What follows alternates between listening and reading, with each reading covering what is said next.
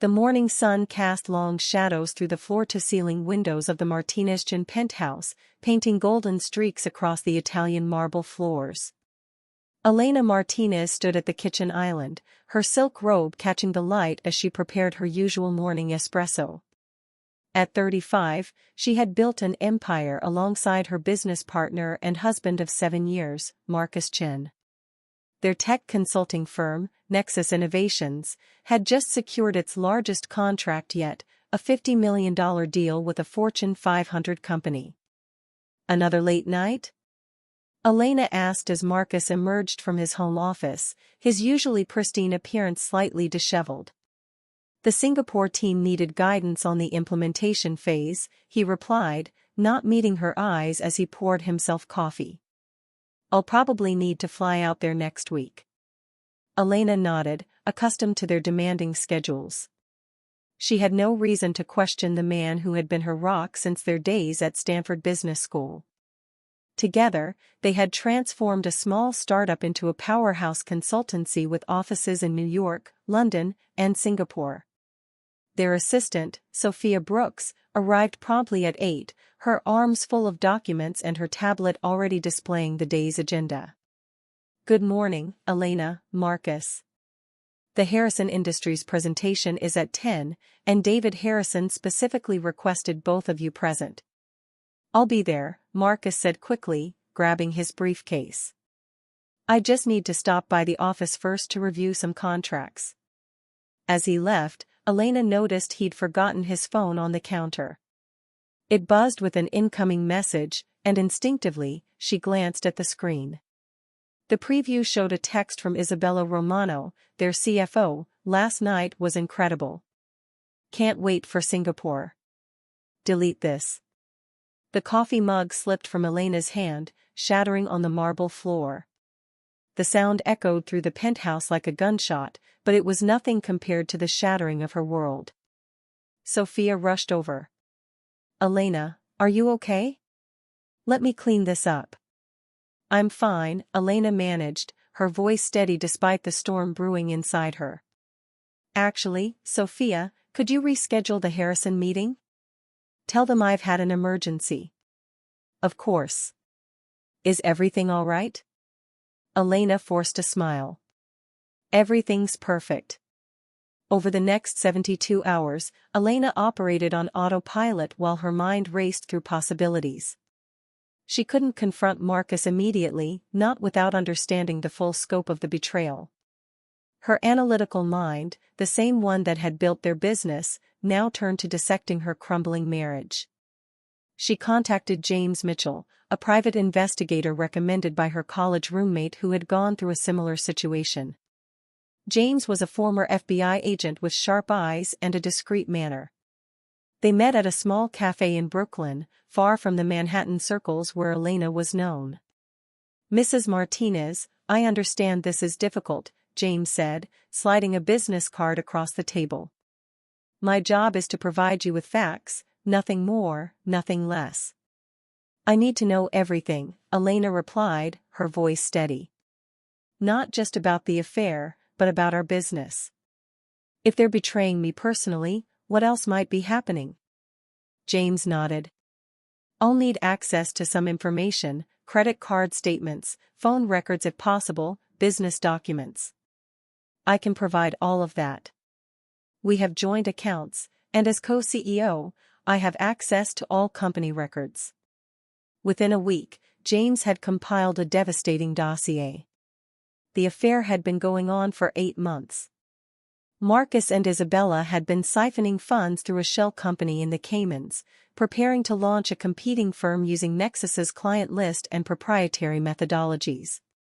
They had already approached several key employees, including Olivia Blackwood, the head of their European operations, and Nathan Cross, their lead developer. Elena sat in her home office, rain pelting against the windows as she reviewed the evidence. Photos of Marcus and Isabella at hotels, records of transferred funds, emails discussing their plans to push Elena out of the company she had co-founded. The betrayal was complete, personal and professional, emotional and financial. She called her lawyer, Victoria Sterling, a formidable woman who had handled high-profile divorces and corporate battles. They met at Victoria's office on the 47th floor of a midtown skyscraper, the city lights twinkling below like scattered diamonds. "Elena, this is serious," Victoria said, reviewing the documents. "We're looking at corporate espionage, embezzlement, and breach of fiduciary duty. You have grounds for both a divorce and criminal charges." "I don't want to destroy him," Elena said, surprising herself with the admission. "I want justice, but more importantly, I want to protect what I've built and move forward." Victoria smiled. "That's why you're going to win. Revenge is emotional, justice is strategic. Let's talk about your options." Elena's response unfolded like a carefully orchestrated symphony. With Victoria's legal expertise and the support of Alexander Reed, a forensic accountant, she began documenting every financial irregularity. Alexander, a tall man with prematurely gray hair and an eye for detail, worked tirelessly from a secure office they'd set up away from Nexus headquarters. "The pattern is clear," Alexander explained, highlighting rows of numbers on his screen. "They've moved approximately $3 million over the past 6 months. But here's the interesting part, they've been sloppy. The trail is obvious once you know where to look." Meanwhile, Elena maintained her composure at work, attending meetings with Marcus and Isabella as if nothing had changed. It was during a partners' meeting that she met Amelia Foster, a venture capitalist interested in investing in Nexus. Amelia was sharp, confident, and immediately sensed the undercurrents of tension. After the meeting, Amelia approached Elena privately. "I've been in this business long enough to recognize when something's off. If you need an ally, I'm here." Elena made a calculated decision to trust her. Over lunch at a discreet restaurant in Tribeca, she laid out the situation. "This is an opportunity," Amelia said, her eyes lighting up. "If Marcus and Isabella leave, you'll need new partners. I know Sebastian Cole, he's brilliant, ethical, and looking for a new venture after selling his last company. And Charlotte Winters, she's the best CFO in the city and happens to be available." The pieces began falling into place. Elena quietly assembled a new team while documenting Marcus and Isabella's continued betrayals. She discovered they had scheduled a meeting with David Harrison to pitch their new company, planning to steal Nexus's biggest client. That's when Elena made her move. The Nexus Innovations board meeting was scheduled for a Thursday morning in late October. The conference room on the 35th floor offered panoramic views of Central Park, where autumn had painted the trees in brilliant golds and reds. Elena arrived early, placing folders at each seat, evidence of Marcus and Isabella's betrayal.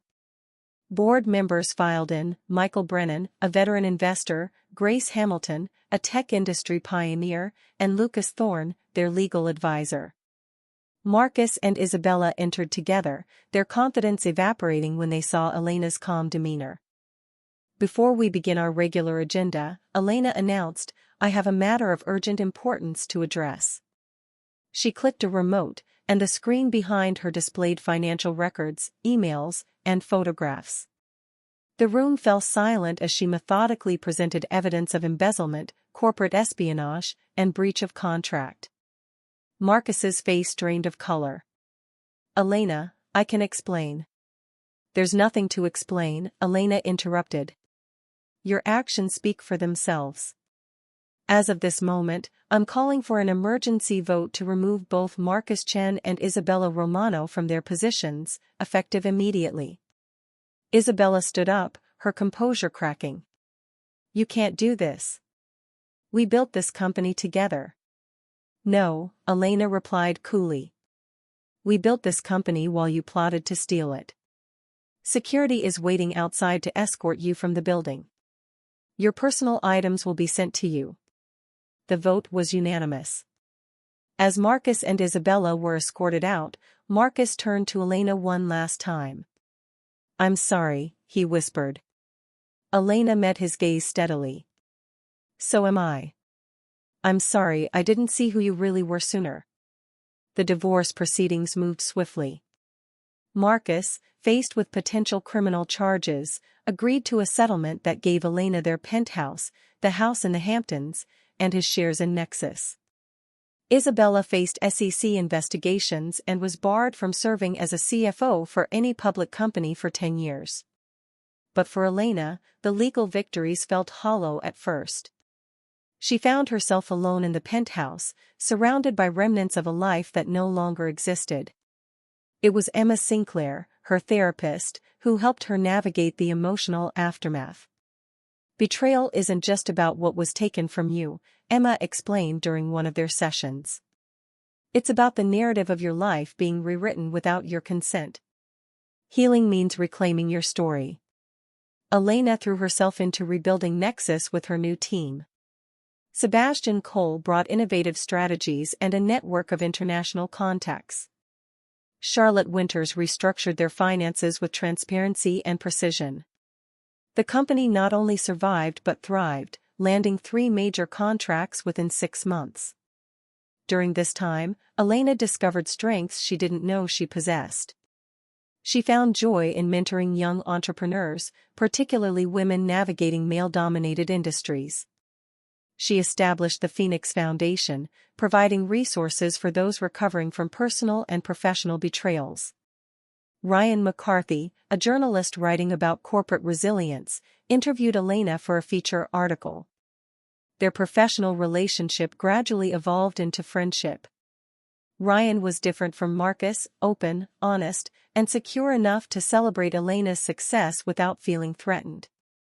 "You've been through hell and came out stronger," Ryan told her over coffee one afternoon. "That's not just survival, that's transformation."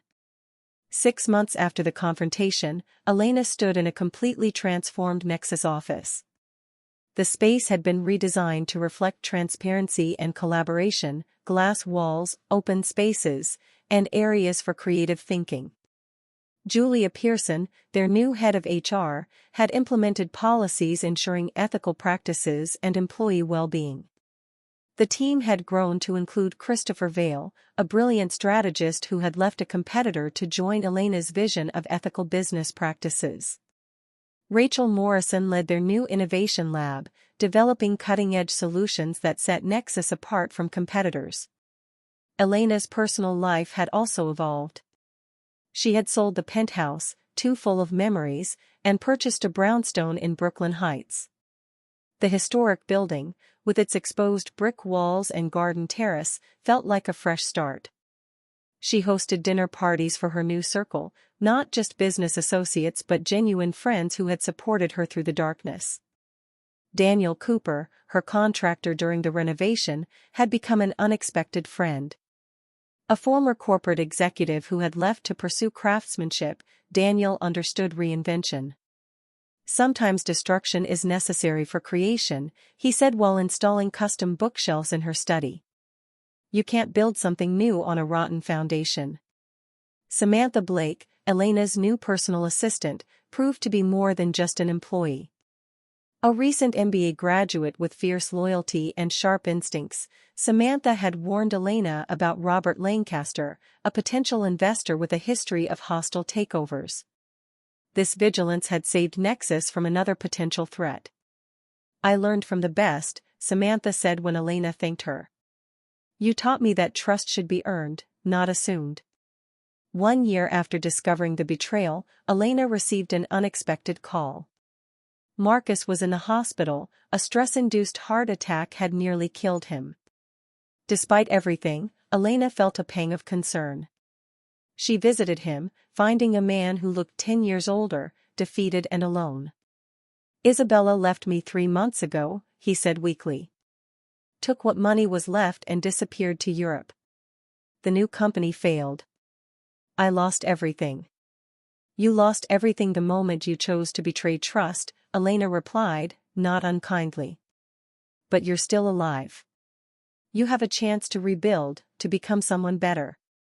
How can you not hate me?" Elena considered the question. "Hate would mean you still have power over me. I've moved on, Marcus. I hope you find a way to do the same." She left the hospital feeling lighter, the last chains of the past finally broken. Diana Ross, Marcus's sister who had always been kind to Elena, reached out to apologize for her brother's actions. Elena assured her that family bonds didn't make her responsible for Marcus's choices. Meanwhile, Isabella Romano's fall from grace was complete.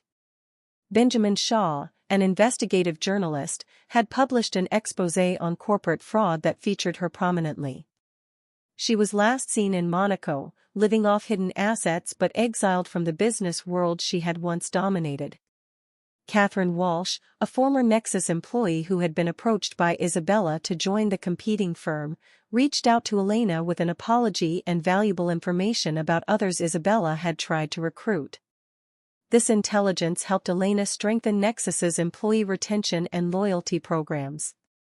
Nexus Innovation's annual gala was held at the Museum of Modern Art, a celebration of their remarkable turnaround and record-breaking year. Elena stood before a crowd of investors, employees, and partners, wearing a stunning emerald gown that matched her newfound confidence. A year ago, this company faced its darkest hour, she began, her voice strong and clear. Betrayal from within threatened to destroy everything we had built. But we discovered something powerful, that integrity, resilience, and unity are stronger than any scheme or deception. The audience erupted in applause. Thomas Anderson, a major investor who had stood by Elena during the crisis, raised his champagne glass in tribute. Rebecca Stone, a tech blogger who had chronicled Nexus's journey, live-tweeted the speech to her millions of followers. After her speech, Elena mingled with guests, accepting congratulations and discussing future ventures. William Parker, CEO of a major tech giant, approached with a proposal for a strategic partnership that would take Nexus global. "Your story inspired my entire board," William said. "We want to work with a company that has proven its values under fire." Madison Clark, a young entrepreneur Elena had been mentoring, thanked her for showing that success didn't require compromising ethics. "You proved that good can triumph," Madison said, tears in her eyes. "You gave me hope." As the evening progressed, Elena found herself on the museum's rooftop terrace, looking out over the glittering Manhattan skyline. Ryan McCarthy joined her, offering a glass of champagne. "No regrets?" he asked. "None," Elena replied. "Every experience, even the painful ones, led me here. I wouldn't change the journey." 2 years had passed since the betrayal that had threatened to destroy everything. Elena's brownstone had become a haven of peace and creativity. The garden terrace bloomed with flowers she had planted herself, a metaphor for the new life she had cultivated from the ashes of the old. Jonathan Hayes, her financial advisor, had helped her diversify her wealth, ensuring security regardless of Nexus's future. Ashley Thompson, an art dealer and new friend, had helped Elena discover a passion for collecting pieces from emerging artists, filling her home with beauty and inspiration. Nicholas Drake, a potential romantic interest introduced by mutual friends, had shown Elena that she could trust again. A successful architect with his own practice, Nicholas understood the demands of building something from vision to reality. Their relationship developed slowly, built on mutual respect and genuine affection rather than the intense codependency that had marked her marriage to Marcus. "You're different from anyone I've known," Nicholas told her during a weekend retreat to her new cabin in the Berkshires. "You've been through fire and emerged refined, not hardened." Lauren Phillips, Elena's best friend from college who had supported her throughout the ordeal, visited regularly. Their friendship had deepened through the crisis, proving that some relationships could withstand any storm. "Remember when you thought your world was ending?" Lauren asked during one visit. "Look at you now, stronger, more successful, and more authentically yourself than ever." Matthew Sullivan, a documentary filmmaker, approached Elena about featuring her story in a series about corporate resilience and personal transformation. After much consideration, Elena agreed, seeing it as an opportunity to help others facing similar betrayals. During filming, Elena reflected on her journey with remarkable clarity. "Betrayal is a teacher," she said to the camera. "It shows you who you really are when everything you thought you knew proves false. You can either crumble or rebuild. I chose to rebuild, but this time on a foundation of my own making."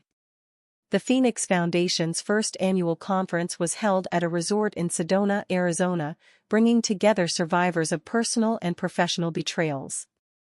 Elena had transformed her pain into purpose, creating a support network for those navigating similar challenges. Jessica Turner, a woman who had lost her business to a dishonest partner, shared how Elena's story had inspired her comeback. Aaron West, a whistleblower who had faced retaliation, spoke about finding courage through the Foundation's resources. Natalie Grant, the Foundation's director, had organized panels on legal protection, financial recovery, and emotional healing. Eric Lawson, a prominent attorney, offered pro bono consultations to attendees. Michelle Roberts, a financial counselor, provided strategies for rebuilding after economic betrayal. Adam Pierce, a tech entrepreneur who had faced similar corporate betrayal, partnered with Elena to create a secure platform for sharing resources and support. "We're building a community of phoenixes," he said during his presentation. "People who refuse to be defined by what happened to them." Vanessa Monroe, a psychologist specializing in betrayal trauma, led workshops on rebuilding trust and identity. Her sessions were transformative, helping attendees process their experiences and chart paths forward. Justin Carter, a venture capitalist impressed by the Foundation's mission, pledged significant funding to expand its reach. Sarah Mills, a social media strategist, volunteered to amplify the Foundation's message to those who needed it most. Anthony King, a senator attending the conference, promised to advocate for stronger legal protections against corporate fraud and emotional manipulation. His presence legitimized the Foundation's work and opened doors to policy influence. 3 years after the betrayal, Elena received a letter from Lily Zhang, a former Nexus employee who had left shortly before the scandal broke. Lily revealed that she had suspected Marcus and Isabella's plan but had been threatened into silence. She provided additional evidence that strengthened ongoing legal cases against them. This revelation led to a reopened investigation. Brandon Torres, the lead prosecutor, built a stronger case that resulted in criminal charges against Isabella, who was extradited from Monaco to face justice. The trial became a media sensation, with Jennifer Adams reporting daily developments for a major network. Kevin Hughes, Marcus's former attorney, reached out to Elena with a confession. Marcus had tried to hide additional assets, but Kevin had refused to participate in further deception. This information led to the recovery of another $2 million that rightfully belonged to Elena. Throughout the trial, Elena maintained her dignity, refusing to engage in public mudslinging despite numerous interview requests. Her restraint earned respect from both the media and the business community, reinforcing her reputation as a leader of integrity. Charlotte Winters, who had become more than just Nexus's CFO but also a close friend, stood by Elena during the trial. "You're showing them all how to win with grace," Charlotte said after a particularly difficult day of testimony. The verdict was decisive. Isabella was convicted on multiple counts of fraud and embezzlement, receiving a 5-year prison sentence and ordered to pay substantial restitution. Marcus, who had cooperated with authorities, received probation and community service. 5 years had passed since that fateful morning when Elena's world shattered. Nexus Innovations had become a global leader in ethical tech consulting, with offices on every continent. The company's valuation had increased tenfold, making Elena one of the most successful female CEOs in the industry. She stood at the podium of the World Economic Forum in Davos, Switzerland, addressing an audience of global leaders. Her talk, "Trust as Currency: Building Sustainable Success After Betrayal," was the most anticipated session of the conference. "Trust," Elena began, "is not a luxury in business, it's a necessity. When trust is betrayed, we have two choices: become cynical and closed, or become wiser and more discerning? I chose the latter, and it has made all the difference. She shared her story not as a victim but as a victor, emphasizing the systems and values that had enabled Nexus's remarkable recovery and growth. The audience was captivated, many taking notes on their tablets and phones. After her speech, Elena was approached by numerous leaders seeking advice. A prime minister asked about implementing integrity measures in government. A Fortune 500 CEO wanted to know how to rebuild after a corruption scandal. Elena had become more than a business leader, she was a symbol of resilience and ethical success. That evening, at a reception in a castle overlooking the snow-covered Alps, Elena stood with her inner circle, Charlotte, Sebastian, Ryan, and Nicholas, who had become her partner in life as well as her strongest supporter. They raised their glasses to toast not just success, but survival and transformation. To phoenixes, Charlotte said, smiling. To rising, Elena replied. The Hamptons estate that Elena had once shared with Marcus had been transformed into a retreat center for the Phoenix Foundation. Where once there had been ostentatious displays of wealth, there were now meditation gardens, therapy rooms, and spaces for healing and growth. The opening ceremony was attended by hundreds of supporters, survivors, and advocates. Elena cut the ribbon with scissors that had belonged to her grandmother, a woman who had survived her own betrayals and built a life of meaning from the ruins. This place, Elena announced, represents transformation. Where there was once deception, there is now truth. Where there was pain, there is now purpose. Where there was isolation, there is now community. The retreat's first resident was a young woman named Amy, who had lost everything to a romance scam. Watching Amy gradually rebuild her confidence and life over the following months reminded Elena of her own journey and reinforced the importance of the Foundation's work. Dr. Patricia Newman, a renowned psychologist who had joined the Foundation's board, developed innovative treatment protocols that combined traditional therapy with practical life rebuilding skills.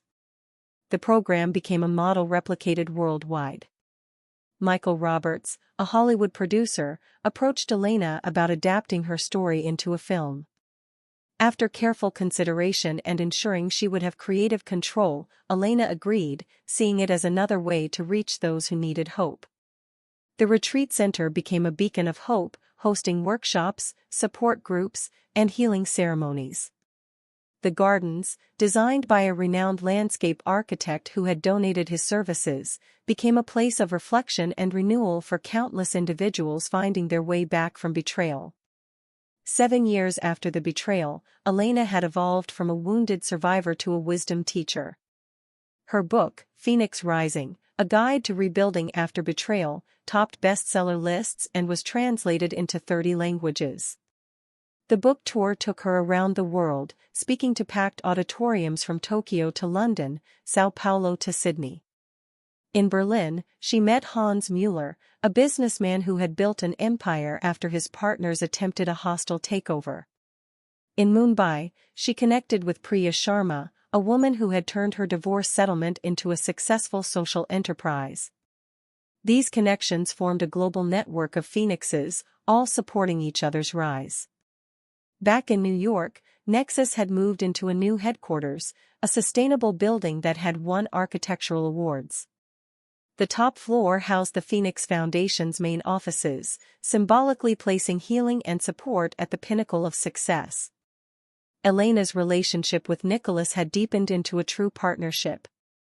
They married in a small ceremony at the Sedona Retreat Center, surrounded by the people who had supported Elena's journey. The wedding was not about starting over but about moving forward with wisdom, love, and clear eyes. I promise, Nicholas said in his vows, to honor not just who you are, but who you've become and who you're still becoming. Ryan McCarthy, who had documented Elena's journey from the beginning, published a comprehensive biography that became required reading in business schools. The book explored not just the betrayal and recovery but the systemic changes Elena had inspired in corporate governance and ethics. Sophia Brooks, Elena's former assistant who had been there on that fateful morning, had risen to become Nexus's chief operating officer. "You showed me that breaking can be the beginning of becoming," she told Elena during a company celebration. The impact of Elena's journey extended far beyond her personal recovery. Nexus's ethical business model had inspired industry-wide changes. Companies began implementing Phoenix protocols, systems designed to prevent and address internal betrayal and fraud. Universities invited Elena to establish endowed chairs in ethical leadership. The Elena Martinez Center for Business Ethics at Stanford became a leading research institution, studying the intersection of personal integrity and corporate success. One autumn day, Elena received a letter that stopped her in her tracks. It was from Marcus, written from a monastery in Tibet where he had gone to find redemption.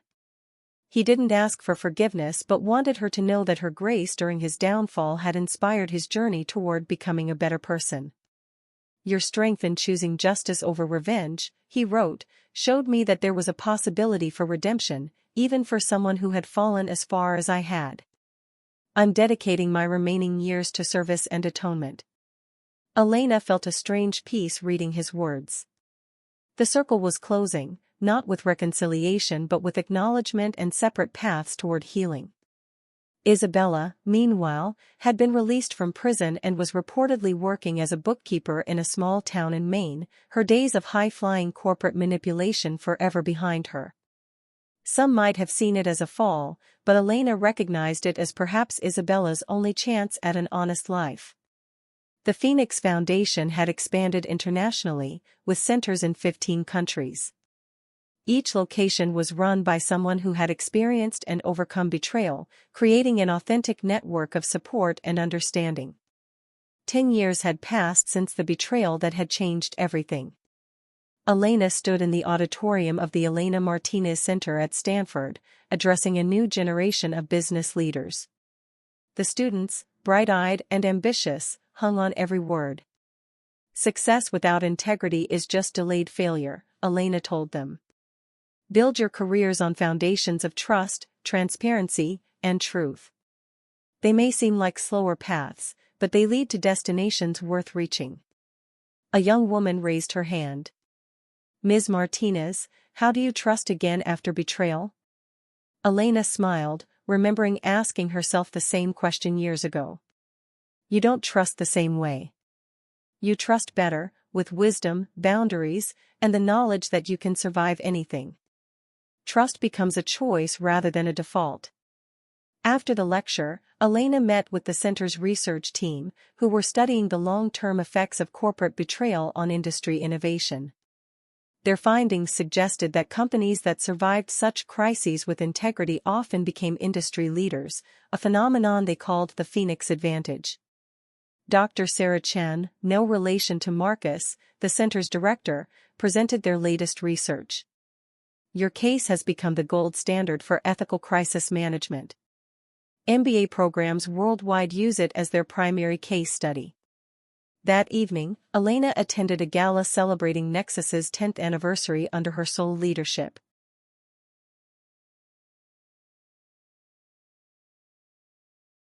The company had not just survived but had fundamentally transformed entire industries' approaches to ethical business practices. Sebastian Cole, still her trusted partner, raised a toast to Elena, who showed us that the highest heights can be reached from the lowest depths. Charlotte Winters added, "and who proved that success tastes sweetest when seasoned with integrity." Elena's commitment to mentoring had created a generation of ethical business leaders. Madison Clark, whom Elena had mentored years earlier, had built her own successful firm based on the principles she'd learned. She now sat on Nexus's board, bringing fresh perspectives and continuing the cycle of support. "You didn't just teach me business," Madison told Elena during a board retreat. "You taught me that how we succeed matters more than the success itself." The Phoenix Foundation's mentorship program had paired thousands of betrayal survivors with those who had successfully rebuilt. The success rate was remarkable. Over 80% of participants reported not just recovery but growth beyond their original circumstances. Elena personally mentored 12 individuals each year, carefully selected from hundreds of applicants. These intensive relationships often lasted years, with Elena guiding them through both business and personal challenges. One mentee, James Park, had been betrayed by his co-founders who stole his technology startup.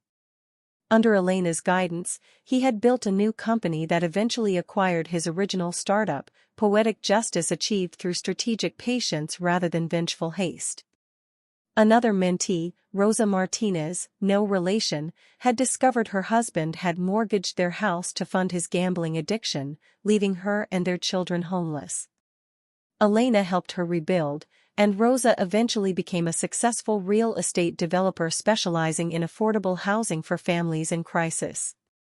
These success stories created a ripple effect, with each person Elena helped going on to help others. The network of phoenixes had become a powerful force for positive change in business and society. 15 years after the original betrayal, Elena faced an unexpected test of her principles.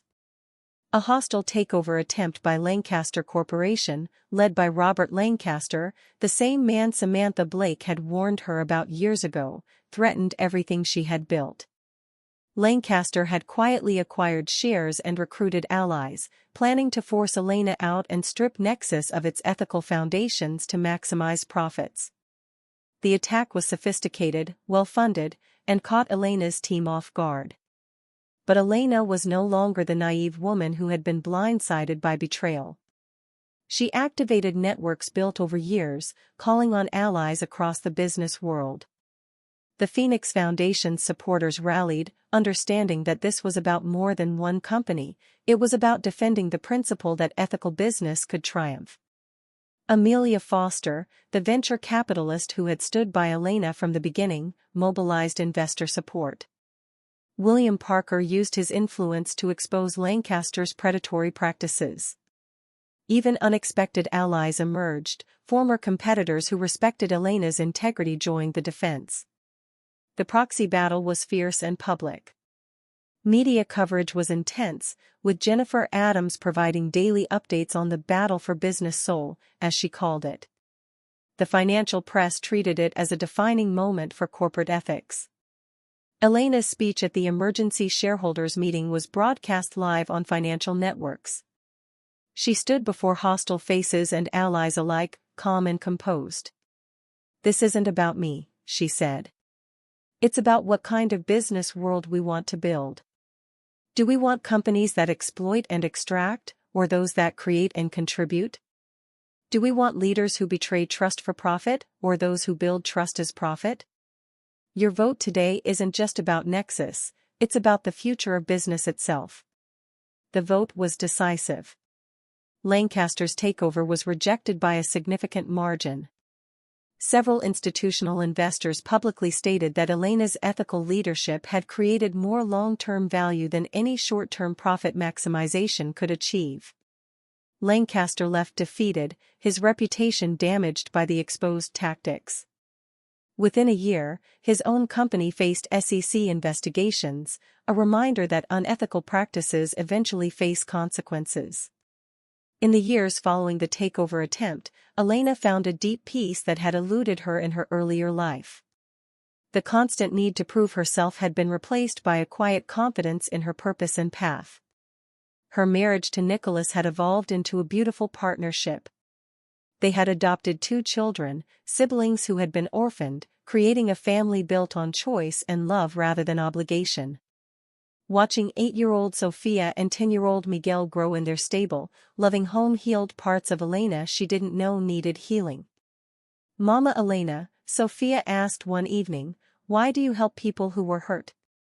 "Because, mi amor," Elena replied, holding her close, "when we help others heal, we heal ourselves too. And when we're healed, we can help others. It's a beautiful circle." The penthouse that had once symbolized her shattered life with Marcus had been donated to the Phoenix Foundation and converted into transitional housing for executives recovering from corporate betrayal. Elena occasionally visited, finding it meaningful that a place of pain had become a place of healing. her brownstone in Brooklyn Heights had become a warm gathering place for an extended family of choice. Sunday dinners included her children, Nicholas, various Phoenix Foundation members, Nexus colleagues, and friends who had become family. The formal dining room that had once hosted tense business dinners now rang with laughter and genuine connection. Charlotte Winters, now godmother to Elena's children, often reflected on their journey. "We didn't just survive, Elena. We transformed an entire industry's understanding of what strength looks like." 20 years after the betrayal that had started everything, Elena stood at the opening of the Phoenix Foundation's 100th Global Center, this one in Nairobi, Kenya. The foundation had become a worldwide movement, helping millions recover from betrayal and rebuild with integrity. The keynote speaker at the opening was unexpected, Marcus Chen. Now in his late 50s, gray-haired and humbled, he had spent years in service and had become an advocate for corporate ethics. His presence had been controversial, but Elena had personally approved it. 20 years ago, Marcus said to the assembled crowd, "I betrayed the most remarkable person I've ever known. My actions caused immense pain and could have destroyed everything Elena Martinez had built. Instead, she chose a path that transformed not just her own life but countless others. She turned betrayal into a catalyst for global change." He paused, looking directly at Elena. "I stand here not seeking forgiveness, some acts don't deserve it, but to bear witness to what can emerge from our worst moments when met with grace, wisdom, and determination. Elena Martinez didn't just survive what I did to her. She used it to light a path for millions." The crowd was silent, processing the powerful moment. Elena rose and walked to the podium. She didn't embrace Marcus, that would have been false, but she nodded in acknowledgement of his words and his journey. "Recovery isn't about forgetting or forgiving," Elena said to the crowd. "It's about transforming pain into purpose, betrayal into wisdom, and isolation into community. Every person here represents that transformation. We are not defined by what was done to us but by what we chose to do next." The ceremony continued with testimonials from Phoenix Foundation graduates worldwide, connected via satellite. Each story was unique but shared common themes. Betrayal had been the unwanted catalyst for extraordinary growth. On her 60th birthday, Elena stood on the terrace of a villa in Tuscany, surrounded by those who had made her journey meaningful. Nicholas, still her devoted partner, had organized the surprise gathering. Sophia and Miguel, now accomplished young adults, had flown in from their respective universities. Charlotte, Sebastian, Ryan, Amelia, and dozens of others who had been part of her Phoenix rise were there. The Phoenix Foundation had become a permanent institution, endowed with enough resources to continue its work for generations. Nexus Innovations had transitioned to employee ownership, ensuring its ethical foundation would persist beyond any individual leader. Elena had received numerous honors, honorary doctorates, humanitarian awards, a Nobel Peace Prize nomination for her work in corporate ethics reform. But the achievement she treasured most was a simple letter from Amy, the first resident of the Hamptons Retreat Center, now a successful entrepreneur helping other romance scam victims. "You saved my life," Amy had written, "not by rescuing me, but by showing me I could rescue myself." As the sun set over the Tuscan hills, painting the sky in shades of gold and crimson reminiscent of a phoenix's plumage, Elena reflected on the journey. The betrayal that had once threatened to destroy her had instead forged her into something stronger, wiser, and more compassionate than she could have imagined. Ryan, ever the documentarian, asked her for final thoughts for his retrospective on her life. Elena smiled, choosing her words carefully. "People ask if I'm grateful for what happened, for Marcus's betrayal. I'm not grateful for the pain, the lies, or the theft. But I'm grateful for who I became because of how I chose to respond. Every person has within them the capacity to rise from their ashes. Sometimes we just need to be reminded that we have wings." As the celebration continued into the night, Elena noticed a shooting star streak across the sky. She didn't make a wish, she had learned that transformation came not from wishing but from choosing, not from magic but from the daily decision to rise. The girl who had once stood in a Manhattan penthouse watching her world shatter had become a woman who helped millions rebuild theirs. The perfect illusion of her former life had given way to an imperfect but authentic existence filled with genuine connection, purposeful work, and the deep satisfaction of a life lived with integrity. Marcus's betrayal had ended one story, but Elena had written a better one. Not a story of revenge or bitterness, but of resilience, wisdom, and the incredible power of choosing to rise when life gives every reason to fall. The phoenix had not just risen, she had soared, and in her flight, she had lifted countless others from their own ashes, creating a legacy that would burn bright long after the original flames had turned to memory. As the evening wound down and guests began retiring, Elena stood once more on the terrace, Nicholas's arm around her shoulders. Below them, the Italian countryside stretched peaceful and eternal, a testament to the beauty that persists through all seasons of change. "Any regrets?" Nicholas asked, echoing Ryan's question from years before. Elena turned to face him, her eyes reflecting the wisdom earned through trial. "How can I regret the path that led me to become who I was meant to be? The betrayal was never my choice, but everything that came after was. And those choices, to seek justice not revenge, to build rather than destroy, to trust again despite the risk, those choices made me who I am." She paused, looking at the stars now filling the night sky. "Marcus and Isabella thought they were taking everything from me. They never understood that by forcing me to rebuild from nothing, they gave me the opportunity to build something extraordinary. They wanted to bury me, not knowing I was a seed." The metaphor hung in the air, perfect in its simplicity. From burial had come growth, from betrayal had come triumph, from the ending of one story had come the beginning of a much greater one. As they walked back into the villa, where laughter and love filled every room, Elena Martinez knew with absolute certainty that she had won, not by destroying those who had betrayed her, but by refusing to let their betrayal destroy her capacity for trust, love, and purpose. The phoenix had risen indeed, and in her rising, she had illuminated a path for all who would follow, proving that the human spirit's capacity for transformation is limited only by our willingness to spread our wings and rise.